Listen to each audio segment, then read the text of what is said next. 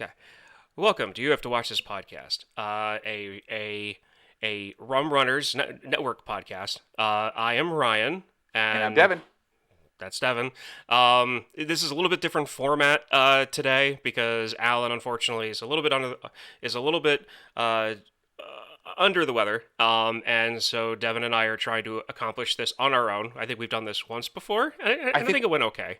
I think it went fine. You know what? I don't Yeah. know if you can tell, Ryan, but we have the rolling hills of Ireland behind us right now, Oh, uh, nice. and it's going to mean it all works out. It's going to be wonderful. I'm ready for Okay. it. Okay, excellent. Well, for those of you who don't know, if this is your first time listening, what we normally do is we each take turns picking a movie that that like one of us has seen, but the other ones haven't, and then we share the story behind why we've picked it for that week, and we discuss how we felt about it and how the newcomers to that film feel about it. Sometimes we yell at each other, sometimes we all agree. It's kind of up Oh in the no! air. Wonder which one this one's going to be. This is going to be a fun one. So without further ado, we're going to get into it.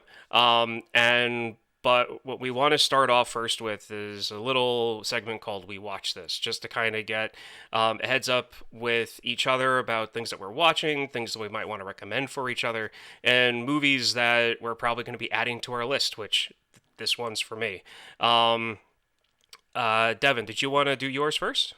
Yeah. So for we watch this, it's typically what we'll do is we'll have watched a movie or a TV series and we'll recommend it or not recommend it to someone else.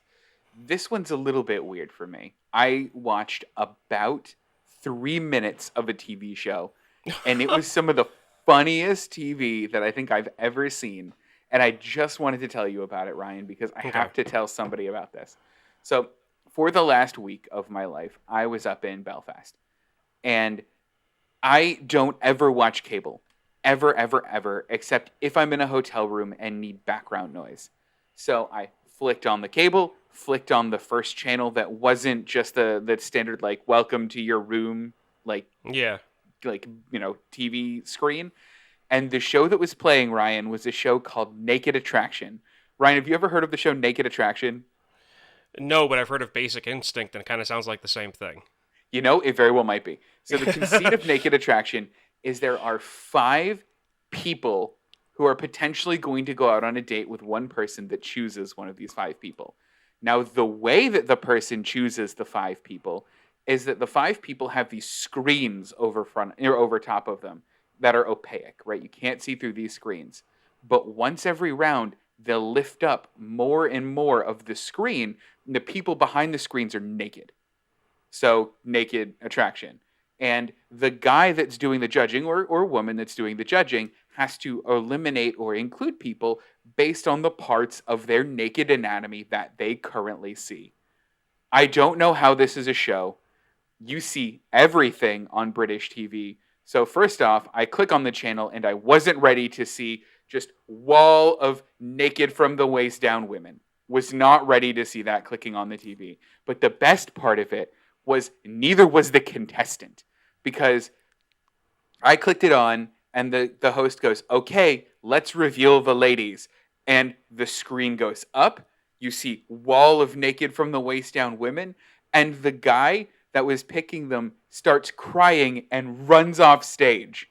The producers come, they make sure he's okay. It turns out this man's never seen a naked woman before, and he just saw five of them at once, and they now had to deal with an almost inconsolable contestant. It was hilarious. And it was funny getting him to try to like describe what he was feeling or why he was so upset. I got to that part and I went, "This can't get better. I also don't want to watch this," and turned it off. But it was such a funny 5 minutes of TV. It was amazing. Okay, so is this an actual show or This like is a an actual game show. show, like a reality thing? It's like a dating show. It's like a like how MTV used to do like The oh Cupid that show. yeah Cupid Yeah. show or oh my gosh there was that date show where they would have like the pop up things like every once Yeah. in a while. Yeah, it's exactly like that where like there's an eligible bachelor who would have to just choose from naked people or bachelorette. That also like was the next segment apparently that I just did not watch. But yeah, I don't know how this is a show, but it was the funniest thing watching this guy squirm. British TV is something else. I have to say. Um, okay, so moving on from picking out a date based on their naked appearance. I can tell you love it. That's so interesting. So I finally got around to watching The Green Room, which is written and directed by the same guy that did Blue Ruin. The same actor from Blue Ruin plays a character in it. And the reason why I've always wanted to see this, but I just haven't gotten around. Well, the reason why I wanted to watch it for so long is because it's about a punk band that is on tour, very, very, very small band, like making $300 a show type Wow. band, and they inadvertently get signed to do a gig at a neo-Nazi bar, and all hell breaks loose later on. And I've heard interviews with the people in it. I like punk music. I Hmm. have always been interested in more of like the scene too, Okay. to an extent, because even though I really love the music, I've never really been a part of the scene of it. So it's always interesting to kind of like see that put on film to kind of get a sense of it. But when it comes to the Nazi punks, the like skinheads in that culture, from what I know of it, they nailed it 100%. Really? Yeah, it is as authentic to that scene as it can be. It was everything I wanted from it and more. I was really, really happy with it, and I'm adding it to the list. So at some point in the next few months, I'll be having it on for the show. I know that Alan has said that when I mentioned it during the group chat, Alan mentioned that he's heard of it or he knows some about it. I don't know what the extent of his knowledge of it is, but Hmm. I'm definitely going to be having it for the show. Okay, so dumb Devin question here. The last time we were together, it was for us doing Meet the Ricardos together, Yeah. and there was some confusion about whether or not it was a documentary or whether that was a real. Is the Green Room a documentary, The Ryan? Is this Green like a Room real? is this is not a documentary. Okay, It's okay. a straight up movie. You will not have an issue with How that in the least. then? Real talk. How close is it to the scene from Blues Brothers when they play the country western bar? How close is it to what? I'm sorry. Oh, how close is it to the scene in Blues Brothers where they do the country western bar? I mean, okay, so Because that's all I'm picturing, really. Like, okay, so the scene from Blues Brothers where they start singing blues and people yes. start throwing stuff at them and like booing, Hmm. there is a scene of that, and it's one of my top 5 favorite scenes of the movie. Okay. Because the band Dead Kennedys does a song called "F Off Nazi Punks" or Uh "Nazi oh. Punks F Off," and Uh they play that song for their sound check in front of a oh. bunch of neo-Nazi skinheads.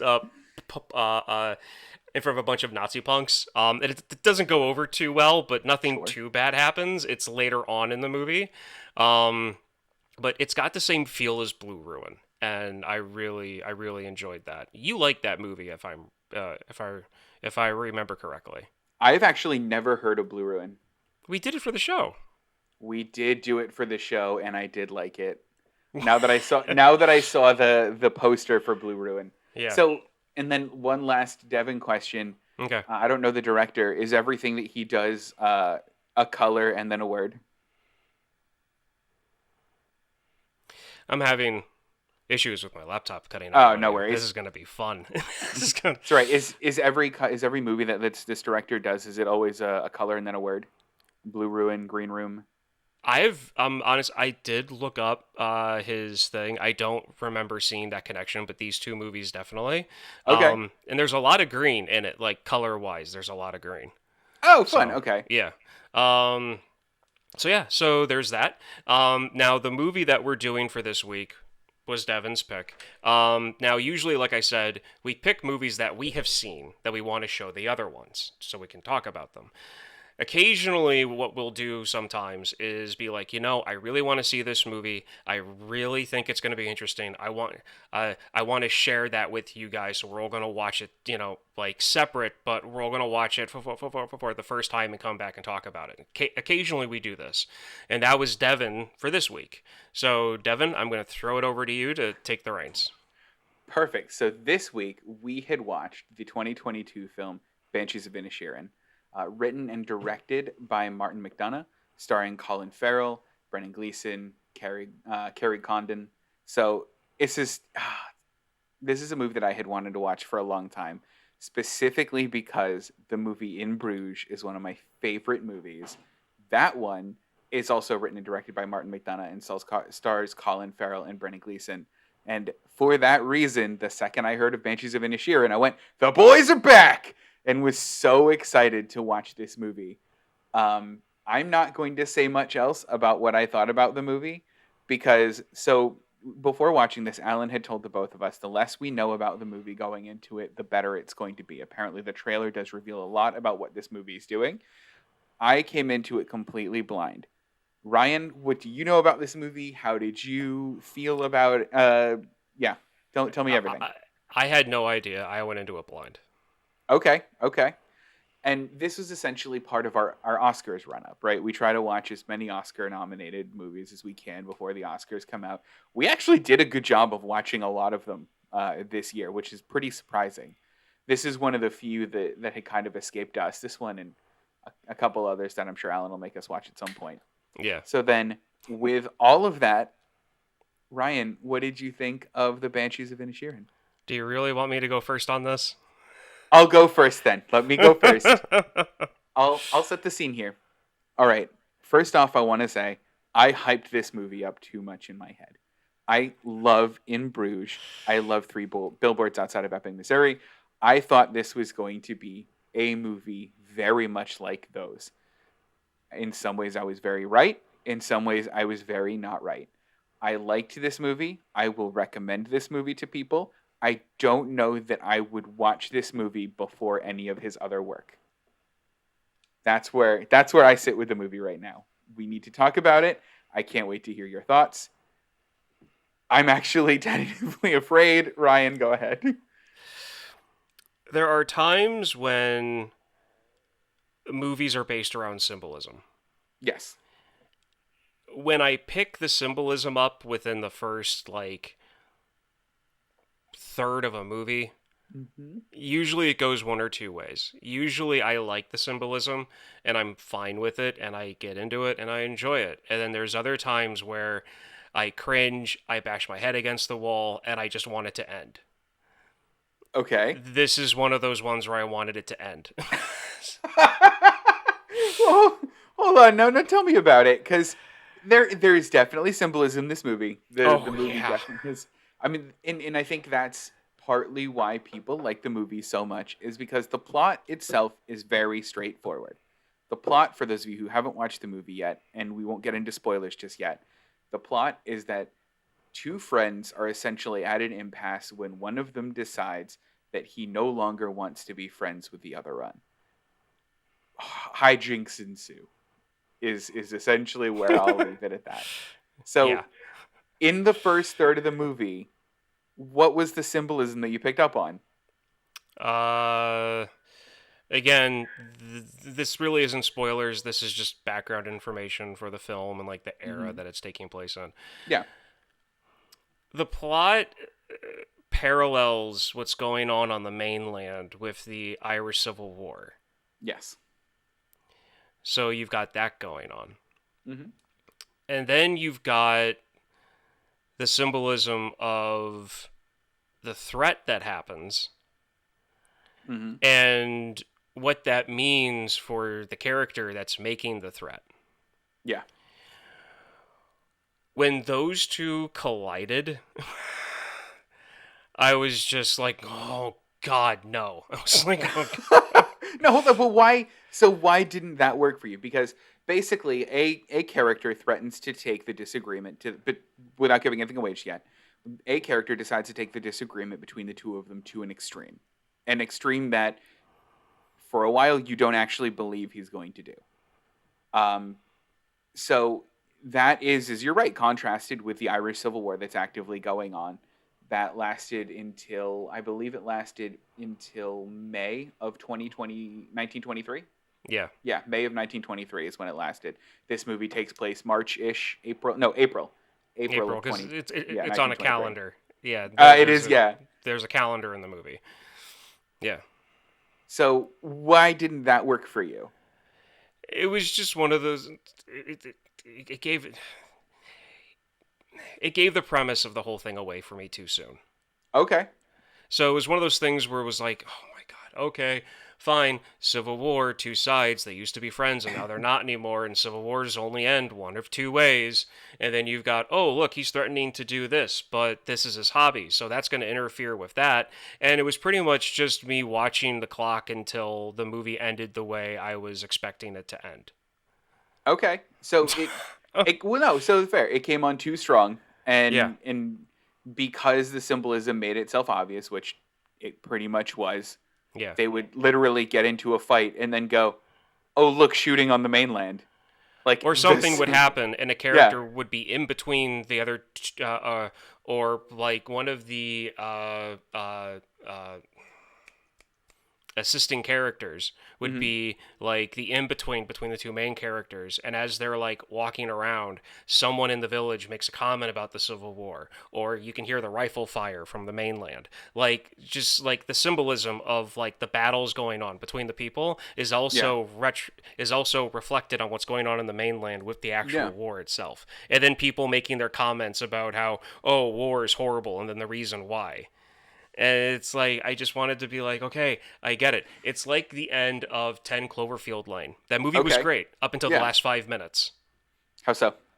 She stands up on top of the truck and sees the UFO, and as far Hmm. as I'm concerned, the movie should have ended right there because everything that she was told by the crazy guy in the basement Hmm. ended up being true, and the sighting of the UFO is it. I didn't need the UFO coming over and picking up and body slamming her in the truck 5 and 6 times, and then her driving off to a city listening to the radio saying, "We're building a resistance." Like, okay, I get it. You could have stopped 5 minutes ago. Well, okay, so I mean, part of anything, right? Like, so a good example of this is we watched the other day or the other week. We ended up watching All Quiet on the Western Front. Yeah. You pretty much knew how that one was going to end, Oh like yeah, from 100%. its outset. Yeah. What made that one different to you? Because knowing how this movie is going to end is still okay, and it's part of it is how you get there, like how you get to the end, and specifically, as in the Civil War, what side is going to do it. In All Quiet on the Western Front, you kind of understood where it was going from the onset. The second you're like, oh, we're following the Germans. Uh-oh. And that's a difference to me when it comes to how I watch different genres of movies. Okay. When I watch a genre war film, Hmm. regardless if it's science fiction or historically accurate or historically accurate, like Fury, I Yeah, believe that Brad Pitt World War II movie, I believe that one is like a fiction World I War think II so. story. Like when I watch those, like I'm expecting everyone to die. I'm expecting Okay. everyone to die, some moralistic telling about war. I'm just a fan of war movies, so Hmm. I I I I roll with it and I expect it. When I watch a movie like this, I know I mentioned this before. This is what I consider like a high budget mainstream art film. Okay. Where honestly, if you were to take away a lot of the budget on this and take away a lot of the A-list actors that are in Hmm. this, and make the director and the producer work with a much smaller budget, I feel like it might have been something that I would have been okay with. But because it was so high budget, you like it ruined it for you. It kind of ruined it for me because they were Interesting. able to like I this movie is 2 hours and 53 minutes long. As far as I'm Yeah. concerned, this movie could have been an hour and 20 minutes. Okay. You know what? I don't think that part's wrong. I think that the movie is a very slow burn, Hmm. and I can definitely, I can't disagree with that bit. Is that it was a little bit long, and I Yeah. think that that might be it. Is that it was a little over long, and there wasn't the kind of payoff that you got when watching In Bruges. Like I think that In Bruges, because we watched it for the show, Yeah. I think that In Bruges is slow. I think that it's definitely a slow burn, but it gets to something really incredible at the end. And while I think the ending of this is big and bombastic in somewhat of the way that In Bruges is, I don't think that it's the same kind of ending. And I think for that reason, I'm with you. You could have shaved an hour off and it would have been fine. Yeah. So, with that, you mentioned the genre. How did you feel about this genre? So, one of the things that Martin McDonagh does, I think, really well is he'll specifically do these kind of dark comedy things. Like, one of my favorite bits of if In Bruges is in the beginning when Colin Farrell's like, I had no feckin' idea what Bruges was. It's in Brussels. Like, I love that. Like, that gets me right into the movie right away. And, like, this movie has the same deal. Where in the beginning, are you too Rowan? We had Rowan? Are you sure you're not Rowan? Like, it's the same kind of, like, pace of dialogue. And, like, there were a couple times I did laugh at the dialogue a lot. Like, did you have that? And I did. I mean, I do have to say this movie had me, so figuratively speaking, Yes. like 80% of the movie I was bashing my head against the coffee table watching this. 20% of the time, as I was bashing my head, I would hear some of the I would hear some of the things being said and laugh as I was bashing my head into the coffee table. I like the visual that you're painting a lot. I'm not mad about that. So yeah, no, like, and like, one of my favorite moments is there's this old lady. There's this old lady character that they kind of make her like they kind of dress her up to kind of be like to look like death or whatever, to be like the harbinger of death or like whatever type person. And she there's this moment where was it Piggy, whatever his name is. Which one? Not the Mad Eye Moogie guy, but the Colin other Farrell's one. character? Podrick. Patrick, thank you. I knew it began with a P. I just couldn't remember. He walks by her on the beach, and they exchange words, and he calls her a freaky. How do you say it? A fecking. A fecking nutbag, and Yeah. she laughs at herself and goes nutbag. Like she laughs and it's like totally an old millennial. Like that. Oh, yeah. She is such the embodiment of a millennial in that scene that it's just hysterical. But there's moments like that, and like you said, the whole rowing part. Yeah. You know, are you rowing? No, I'm not rowing. Well, I mean, you would have to be rowing to be like this, but yesterday we weren't rowing. So yeah, no, I totally get that. I like the dark comedy aspects to it. There are just a lot of things that have to do with spoilers and where the story went and what I was expecting and what actually happened that added to my disappointment of this movie. Okay. So I think at that point then, I think we should probably start getting into the spoiler section. We're at about just about the halfway point, and I think that it's worthwhile to stop kind of beating around the bush with some of this stuff. So if you haven't seen The Banshees of Inisherin, feel free to give it a watch. I would recommend it. Ryan, would you? Just kind of overall? If like somebody was like, I'm interested in this movie, what would you say yes? If you are interested in watching this movie, watch it. Okay. Just because I'm disappointed in it doesn't mean you're going to. My tastes and my disappointments are mine. Okay, I can't totally speak fair. for anyone else. I can't. Totally fair. So then with that, let's get into spoilers. So Okay. I wanted to start by talking about the specific plot beats of what's going on with Colm's character. This is Brendan Gleeson's character, Colm.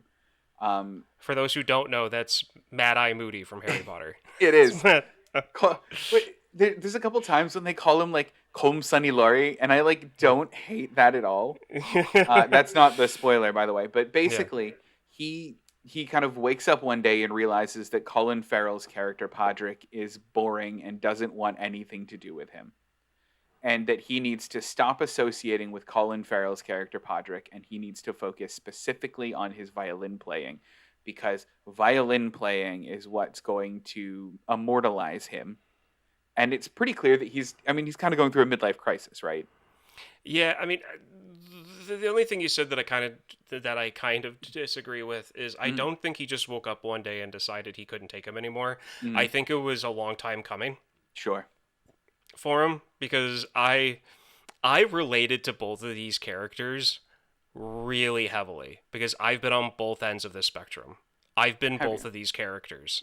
I've been, Well, I'm not gonna lie. I'm not gonna lie. and I have too. But tell Yeah. me about it. So when have you been a cone in this case?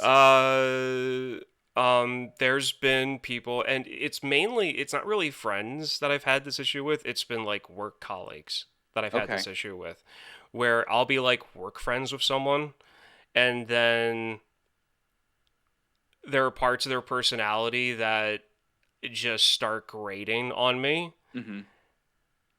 and then it gets to a point where whatever benefits in that work friendship that I had Mm-hmm. is nowhere near enough for me to ignore the parts that are like touching my raw nerve. Sure. And then I do everything possible to like I'm not granted probably it would be better if I was that blunt about things, but I'm not that person. Um Did you just ghost him? I I slowly ghost. Gotcha. Okay. You I fade don't out. answer the phone as much. I don't respond to emails as quickly. I pick and choose what I'll. This is and this is and this is where I get into the other character.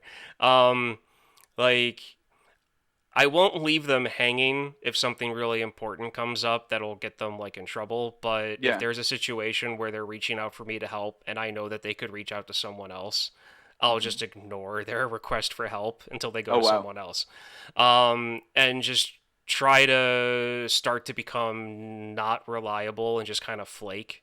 Sure. Like I said, it would probably be better if I was just that blunt about things, but I I don't have the nerve and the steadiness to just look at someone in the eye and be like, I'm not talking to you again. I wouldn't come off as like, I wouldn't come off like I was serious. That's fair. I mean, that's totally fair. I mean, Yeah. and I've done relatively the same thing. I used to move around schools a lot when I was a little kid, and one of the fastest ways that I could make friends as a kid was I would have people just, hey, if you want to punch me, it's okay. And eventually the person that would punch me would just be like, I just hit you. How's your day going? Or something like Yeah. that. And that would be like my in, like my social in. But like, those kinds of friendships never last. So I've always had that like this is a long time coming, but we're not friends anymore. So like Yeah. I've definitely related to Colm and Colm's problems and the whole wanting to do something that kind of transcends time or that, wanting to make something that leaves a lasting mark. I mean, I definitely relate to that. I mean, I too want to do something that withstands what this mortal coil. Yeah. There's like, I used to be like that heavily, but I just don't Yeah. care anymore. I've completely, like, I have like 90%, I have like 90%ally Uh to huh. put it Yeah. Yeah. Yeah. I have completely let that go. Okay. I I have totally embraced the fate. I have totally embraced the sad, depressing idea that no one will know who I am after the next generation who had interactions with me. So That got like as real far sad. yeah, no, like I am not a musician. Sure. I am not. I have. I have.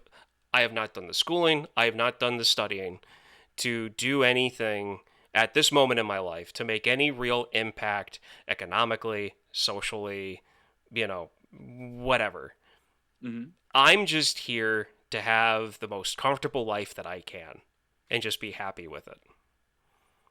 I mean, I've come to finally just accept that. So like I'm yeah. not worried about like my midlife crisis is going to be me going out and like trying to find a 2004 Scion XB and rebuild it because that was my first car. Like that's going to be my mid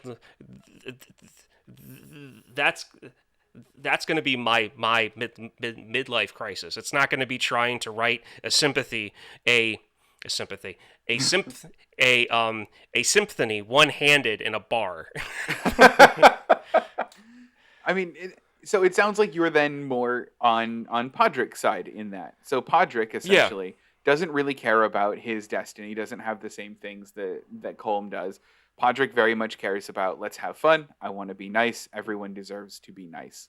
yeah. So it sounds like you've almost done a switch now, where like in some instances you're Colm, but overall you relate more to Podrick.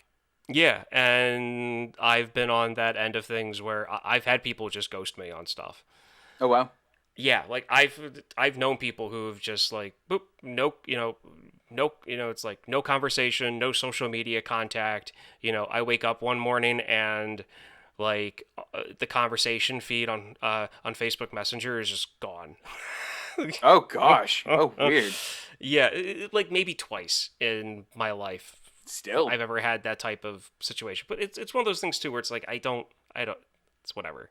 Yeah. 'Cause, like you did a lot of moving around when you were a kid. I did Hmm. two big moves Hmm.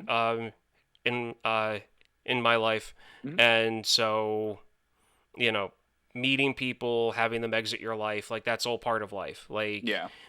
there's going to be a good solid 5 years where you're going to have possibly the best friend you ever had, Hmm. and then you're never going to see them again after they move to like the next state over, and you'll never have a friendship like that again. You just have to embrace that that's probably going to happen in your life and just move on from it. I mean, and that's fair. And to bring it back to the movie, that's not something that Colin Farrell does. Yeah, Is he does, and that's kind of the crux of the movie. Is that like Colm is like, hey, I need to go away. I need to not talk to you. I need to just write my music. And like Colin Farrell will not accept that. Colin Farrell's yeah, point is that he's we're still friends. You're being weird. Let's get over this. To the point where Colm makes the threat, which we were talking about earlier, of every time you talk to me from here on out, I'll cut a finger off and I'll send it to you. yeah, and not just a finger, the fingers on his fiddle hand. That he uses to play and compose the song that he's leaving this guy for. Okay, so this is what happened to me when I was watching this movie. Okay. They set it up where Colm, that's his Colm, name. yeah. Colm doesn't want to talk to Mr. P anymore. I can't Yes. remember his name again, so I'm just going to go with Mr. P. Fair enough. He cannot remember. I mean, he doesn't want to talk to him anymore. Hmm. And then, like 5 minutes after that, they mention or show the explosions going on the mainland for the Civil War, either before or after that. And Hmm. I'm like, oh, okay, they're going to be battling in their friendship. There's a civil war going on the other side of the island. Civil wars, there was unity, now there's not, now there's infighting. Hey, look, there's two best friends, now there's infighting. Oh, look, symbolism. Okay. I totally get that, whatever, just roll with it. Yeah. And then he cuts off his finger off his fiddle hand, and I'm like, "Oh, now I get it because, uh his friend is taking up his time to where he can't work on his music. So it's a physical representation of his friend taking his time away to work on his music. Yeah. Yeah. I mean, basically. And when that happened, I was just like, "Oh my God, there's physical fighting going on in the mainland because their relationship is in trouble." And now he's literally cutting off his fingers off his fiddle hand because his friend's taking time away from him from working on his music. What's the next thing going to happen? His donkey's going to die because no one else is going to be around, and then his donkey dies. Oh, because no one else was around. Well, not necessarily because no one else was around though. Well, yeah, So I mean, yeah, yeah. I mean, it was just, I was just,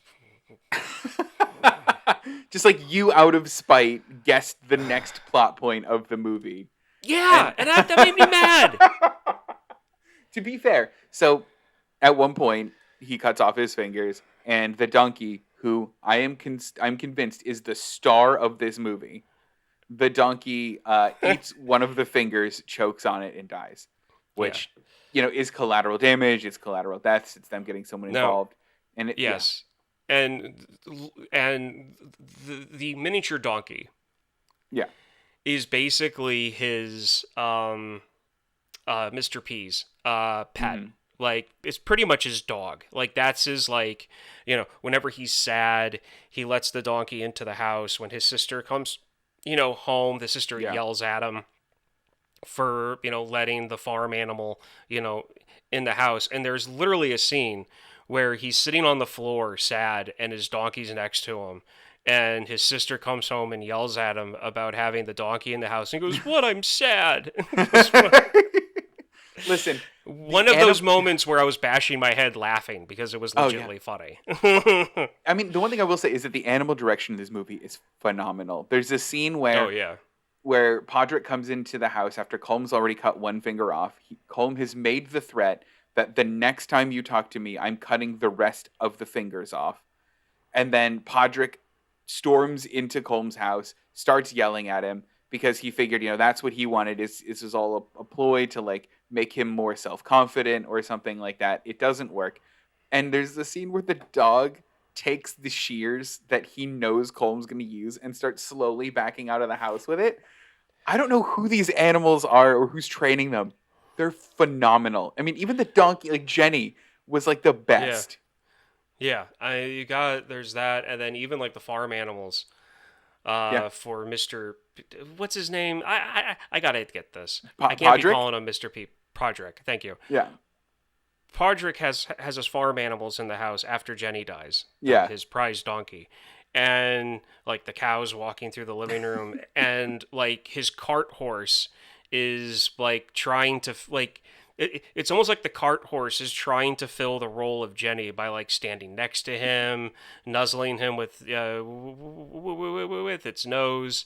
I mean, the horse was standing there next to Jenny before Patrick Yeah. found it and was like trying to like nuzzle the back leg to like kick or something. Yeah. So I mean, yeah, the animal direction in this was great. Um, I also liked how they showed how Patrick's character um, changed in it. And they used his relationship with Demi, the Is it cop's his son. Oh, Dominic. Dominic. They used his relationship with Dominic to show it, as in, like, he's always talking about how, like, it's like, there's no harm in being nice. Yeah. Like, why can't you just be nice? Everyone should be nice to each other. And he's always talking about, this and that. Mm-hmm. And he gets driven to the point where he sees a musician talking to Colm. Mm-hmm. And he offers him a ride in his cart away from the bar because he sees this guy walking along the side of the road. And he makes up this story about how he was just at the post office and they're trying to find him because his dad was hit by a bread cart and he needed to get home before his dad died to get this guy off the island so he wouldn't have, this person getting in between him and his supposed friend. And he tells the village idiot that's who the cop's son is. There's no other way around it. Mm-hmm. And that might be a little mean. There's issues there that make him Well, who he is. But I he's want to the talk village about idiot. I want to talk about him a Yeah. bit because they call him the Village Gorm, The which village Gorm, yeah. yeah, which like fine, but like Yeah. Anyway, keep going. We'll Yeah. circle back to And it. so he tells him that, Mm-hmm. the cop's son. And the cop's son's like, "You're not the same. You're not nice anymore. You're just a mean person. You're like everyone else." And then he like runs away. And then shortly after that, his sister tells him that that she's leaving for the mainland. And then that's when he finds his dead donkey. That's when he finds. It's interesting because I mean at that point it does kind of mark a pretty big change in Podrick because he is a Patrick, little bit not of a jerk Patrick. at that point. Yeah. Well, I mean, I think that's where Patrick comes from. Like, I think Yeah. this seems like a derivative of that. Yeah. But like, Okay. it's interesting because you see him like do that, and you see him lie, and you see him be a little bit more mean than he has been. But then the second Jenny dies, like it switches something in him, and he's like, "I'm not being nice. I don't care at all anymore. I'm officially done with this." And it takes us all the way up until the main conflict at the end of the movie, where Podrick goes, 2 o'clock tomorrow, I'm burning your house down. Leave your dog outside, which I thought was a great touch because I'm an animal lover. Leave your dog outside because there's nothing to do with this. Yes, thank you, Colin Farrell. But I don't care if you're in the house or not. Just know that at 2 o'clock it's happening. And at 2 o'clock, he comes and burns the guy's house down. And so the whole time, I was convinced that Colm was horribly depressed. And the second that Podrick started burning the house down, I knew that Colm was inside the house, and I was very sure that Colm would not leave the house. Did you have the same thing? What were your thoughts at that point? I was still expecting Mm-hmm. there to be something else going on. That Okay. it was more than just Colin being like, I'm done with this friendship. I'm done. I was hoping it was more than that. Sure. Because the symbolism of what everything meant and what was going on was just it was like I said, as soon as I catch on to symbolism like early in a movie, either I Mm-hmm. appreciate it and I ride with it, or I just Yeah. want it all to end because I see where exactly it's going. Yeah. And this was one of those moments where I'm like, can this please just all be wrong? And I'm just looking at this the wrong way. And, Sure. like Columns, like, found out that he's on his deathbed, or, like, he's gotten political and he's going to go to the mainland to fight in the Civil War or something. Something than other, this being more than just a broken friendship, please. Mm-hmm. And it wasn't, and you never got Yeah, that. no.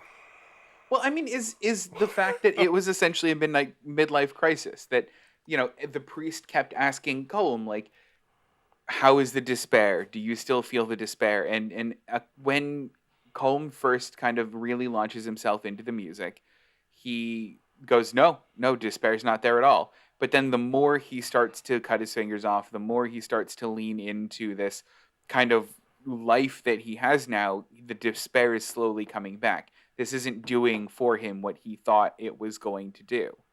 Yeah. So like was that not like enough? Like did you want like a bigger reason, or did that I, I, I think this gets more to the heart to why I watch movies and what I want from movies. I want to be entertained. Yeah, okay, okay. And this gets into one of those things where it's like, oh, cool, a morality film. Yay. I mean, listen, your last pick was The Running Man, all right? This Yeah, is like as exactly. far away from The Running Man as we could ever get in terms of a movie. And yes, I mean, I will fully admit that I am like, when it comes to movies, 99% of the time, I am the most basic of movie watchers. I just want to be entertained. I want something fun. I want something funny. I want something that's going to be visually, entertaining. And yes, occasionally I'll see a movie that fits all of those buttons, but then I complain, yeah, but there wasn't enough substance in there. It was just all visual. Yeah. Like by that explanation, you would expect to be like, oh man, he probably loves Fast and the Furious and Michael Bay stuff. Like, no, I hate it. Like, no, I hate it. Wait a minute, you hate Fast and the Furious? I like the first three movies. Have you seen the other ones? This is important to me, Ryan. What, you mean like 4, 5, 6, 7, 8, 9, Yeah, and eventually yeah, 10? yeah. I get my fill from watching spy movies. I don't need to watch a bunch of hot rodders pretend to be government agents. Oh Ryan, I'm gonna change your mind. I think that Fast 7 is like like one of the like low key best movies. I think there are just scenes in that movie that that they're just in the writers' room going, he flexes out of the cast. Don't worry about it. He jumps out of a 7-story window. Next, like they're having the time of their lives. That's And fine. I love it. I love it. See, here's the thing, and then we'll get back on track to Yeah, talking yeah, about the yeah. No, actual no. movie. I get my fill of stuff like that watching brain dead 80s action movies Yeah. and Jackie Chan films. Yes. That fills that hole in my life. So that I guess that's fair. I'm trying to think. I was trying to come up with a rebuttal where I was like, yeah, but the new movies do something different. But I think really the only thing that the Fast movies do that the 80s action movies didn't do is this time they're just like, but it's about family, like in every single movie, and that's like the only thing it really adds. So maybe And you're I'm telling me wrong. the first Predator movie wasn't about family? I mean, maybe Maybe? Okay. the second one definitely was. Yeah, the second one. Okay. So, oh my god, the Urban Warfare one. Okay, so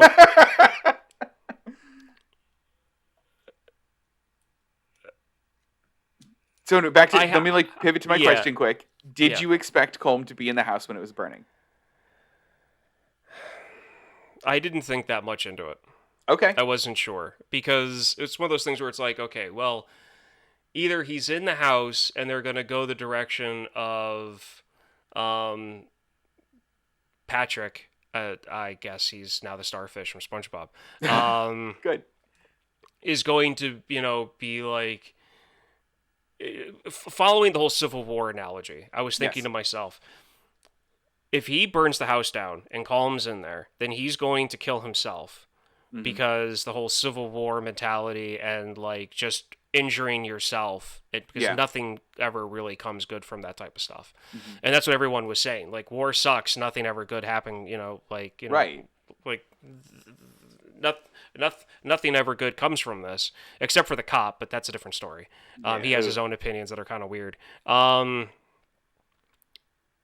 Like, either he's going to kill himself afterwards because he's going to feel such guilt of killing Hmm. his friend out of spite, or his friend's going to live Hmm. and they're going to, like, call a truce or reconcile or something along the lines of what actually happened in the movie, because they were both like, okay, that's it, we need to stop this because, like, you're now alone, you have no one left on this island to go to for any type of comfort except for your farm animals, and I don't have a house anymore, so, like, we've got a truce. And Hmm. then they go one step further with Patrick going, yeah, well, these things probably only last temporary. These things are probably only temporary anyway until, like, until aggression start back up again. Hmm. Well, Like, go ahead. I can't help but think that this entire movie, granted, there wouldn't be a story at all if Column just said, "Hey, could you be like, hey, on Tuesdays, Wednesdays, and Saturdays, Hmm. I'm not going to meet you at the bar because I want to work on my music a little bit more, and I just need peace with that." And I think that, I mean, that's totally fair, but I think that Combs' point was that, like, he needs to be completely involved and completely isolated from all of this. Like, it's not enough to have a little bit of it in your life. It needs to be clean cut. It needs to be completely gone. And Yeah, that's, I don't know. It's so I liked that ending a lot. And I liked that ending a lot specifically. So Colm obviously was in the house. Colm gets out of the house off camera. We don't see it, but we assume that, like, for a while, we assume that he burns down with the house, but he leaves. And that speech that you specifically said, given by Podrick, where he says, you know, oh, it looks like the Civil War is over, but yeah, there'll still be tensions, and there'll still be, it literally, like, yeah, nod and wink to the camera. It's over, but, like, there'll still be tensions, and that's just how things are going to go, and maybe that's good. I have never known, and this is going to sound really ignorant of me. I'd never known about the history of Ireland and why it's a Northern Ireland that's part of the UK and why it's Ireland that's not a part of the UK yeah, until last week. I was in Belfast and I got the whole history and specifically what's going on now and what that could mean for the future of Ireland. And it's a really interesting thing that I had never known. And I think the reason why I liked the ending of it so much is because I can see the next 5 years, 10 years out being almost exactly like how Ireland was after that Civil War. Tensions are died down, but tensions haven't died down and they never will die down. yeah, And that's I like that because I like where it leaves the ending. The only part that made me a little bit mad is that it is Ryan, the 1800s. Colm cut off 5 fingers with rusty garden shears. If that man doesn't have some kind of infection that they can't cure yet, then there's something wrong. yeah. So when I start to get frustrated with a movie, Yeah. I start picking up on little things and they make me more mad. Was that one of the little things? That was one of the little things. So, like, let's say I was watching this and I was like, oh, cool, I like this symbolism, and ran Yeah. with it. There could have been a V 1974 VW bus parked in front of somebody's house, and I would have even and I wouldn't even be bringing it up on the podcast as being something that I was upset about, because it was like, 1928 and there's a VW bus. Like, I don't care. I like the symbolism. I'm just gonna run with it. Yeah. But because it was bothering me, everything started irritating me. So I was like, it's Rusty Garden Shears. It's 1927. He's going to have tetanus. He's going to have lockjaw. He's going to be sitting there playing his fiddle, and then his hand's going to cramp up and break itself. Yeah, basically. Like, come on.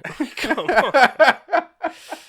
Yeah, no, they kind of gloss over. I mean, obviously, it's more the metaphor, too. But yeah, they just, like, gloss over that.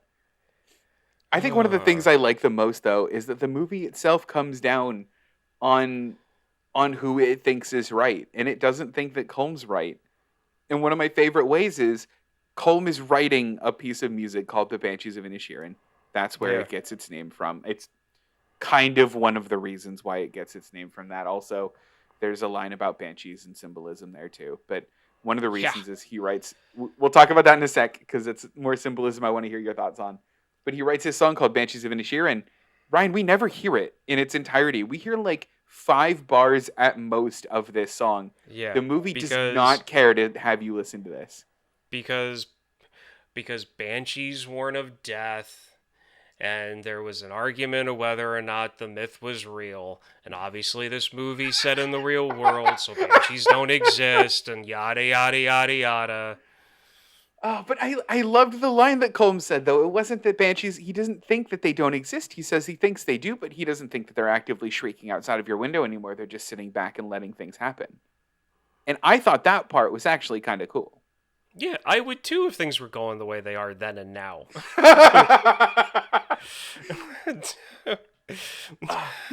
So, okay, the last thing I want to talk about then is that there's one character that's pretty big to the plot we've only touched on a bit, and it's Dominic.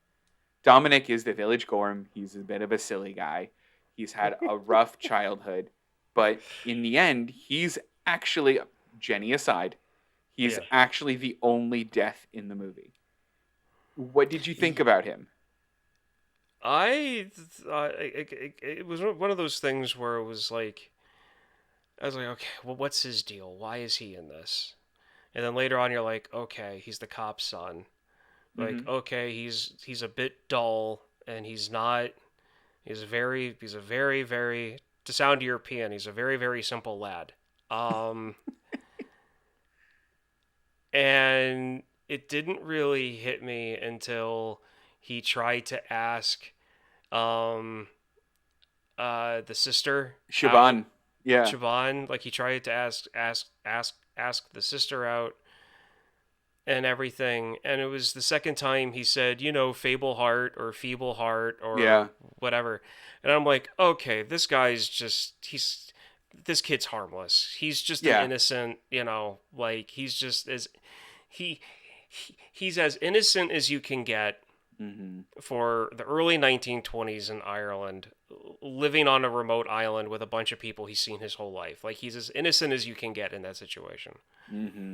And I'm like, okay, he's just, what's his deal?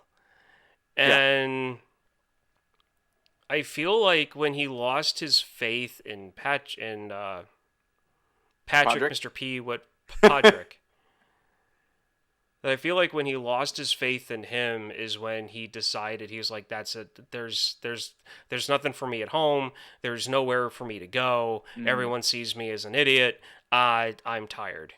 Yeah. So that was actually the question I was going to get at, because I saw it happen and I went, oh, he killed himself. Or did he? Did he just like trip and die?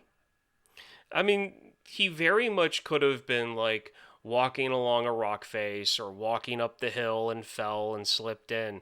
But they don't say either way, which leads me to believe that because that, and it's the whole, this is going to be horrible that I mention a movie. Well, it's horrible the fact that they actually made the movie. But do you remember the urban myth that like if you're in college and your roommate commits suicide, that the college pays for your free tuition? You get free tuition. Yeah. They made a movie based off that premise. What? They made a comedy based off that premise, like a dark comedy. Ooh. And where the main characters were trying to find the student at the college that was most likely to kill themselves that semester. What? So that they could get a free ride on college. And by the end of the movie, the one person who they didn't that the one person who was never part of anyone's lists to actually do it Mm-hmm. did it. Oh. And it was almost kind of like, because it's such a tricky subject and it's Mm-hmm. so hard to pinpoint who's actually going to do it and who not. It's almost always the person you don't think is going to do it does it, and then once you look at their life prior to them doing it, you're like, oh crap, yeah, there were all these warning signs, but we never saw it. And do you think that's how like a second watch of this movie is going to be, where like you're going to see more, or knowing where Dominic ends up, you'll see like more of his struggles? You think? Yeah, I mean, thinking about it now, Mm-hmm. he gets abused at home. Mm-hmm. There's a very strong possibility he gets abused multiple different ways at home. Right. Right. Everyone pretty much calls him an idiot. Mm-hmm. He always gets yelled at whenever he walks into the pub. Every romantic relationship he wants to pursue gets shot down. Mm-hmm. And the one person that he saw as a friend on the island, he sees as a backstabber. Yeah, that's fair, actually. Yeah. So I wouldn't be surprised if that's what happened.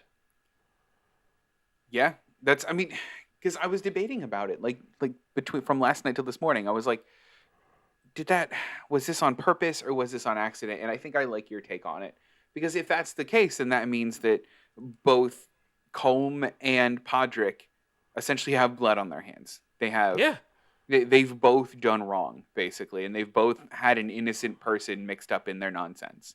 Yeah, and that old crazy millennial lady who was rambling the one night about how there's going to be 2 deaths on the island Yeah. before the month is out or whatever. And it was one of those things where it's like, okay, was she just making a vague prediction because it's the early 1920s and animals and people died a lot back then Yeah. for really weird reasons? Because, I mean, I could totally see it. Some, person of like that advanced age, in the early 1920s on a remote, like village island in Ireland, I could Mhm. see them going, hey, we average like 2 to 3 deaths a month when it comes to livestock and villagers. I could just go around and tell people that there's going to be 2 deaths on the island before it's out. And then, like if someone tries to be cheeky, just give like a little wit at the end of it like she did. Yeah. It's like, it's not a prediction. It's like, I'm trying to be accurate. Like, I'd be doing stuff like that too, because people would be looking at you like, oh, she's a seer. She can see into the future. Oh yeah. You get it right once, and people are all on you. Yeah, so, I mean, I really wish there was more of her in it, but I feel like if there was more of her in it, it would kind of lose its, like, humor. I think it would. I mean, they use her very well and very sparingly, which is nice. Yeah. But so you had mentioned, this is the last thing I'll bring up. You had mentioned that there were Okay. parts of it that disappointed you. Was it the metaphors? Was it everything you had mentioned, or is there anything else that kind of disappointed you or didn't live up to your expectations about it? I mean, to be honest, it was more that the movie was going. One, I was like, within the first 20 minutes, I was like, oh my god, this is going to be a slow movie. That's fine. That's Yeah. fine. That's fine. I'm gonna stick through it, and I'm going to watch this for the I'm gonna watch this for the performances, Yeah. because this has been nominated for Best Picture. Mm-hmm. It's gonna be well done. I'll just enjoy it for what it is. Mm-hmm. And then the metaphors started happening, and I was and I could almost see where they were leading. Mm-hmm. And that's when I was like, okay, stop with the side conversations and in the like everything that happened in the market, where he's talking to the lady at the post office or market or Oh, about having whatever, a story. about having like news or a story, Yeah. and then he like, it's like he tells on the cop, and it's like, well, the cop here beats his son at night with a frying pan, Yeah. like he's trying to come up with stories, like because of seeing through the symbolism and seeing where it was possibly going. Mm-hmm. Moments like that were the moments that like really showed how good the acting was and how good the script writing was and everything. I was groaning during those scenes because I was like, can we just get to the can we just get back to the plot? Can we just move over and get back to the plot, please? So because there was so much yeah. symbolism in the A plot, you had like no appetite for a B plot. Yeah, no, I just, I absolutely, I was like, oh, great, civil war between friends, got it. Oh, look, mutilation to oneself to show that to, uh, show that he's taking time away from what he wants to do. Mm-hmm. Like, got it. I mean, like, that'd be like, um, granted, it'd be cutting fingers off, but it would be like someone who's a programmer Yeah. telling a buddy, going, hey, look, every time you come and you stop me from working, I'm going to cut off one of my fingers. But you're working on code for an app for Bank of Yeah. America so people can do their banking easier on their phone. Like, yeah, and every time you stop me from doing it, I'm going to cut off a finger. So it makes it harder to show you how damaging you interrupting me is going to be.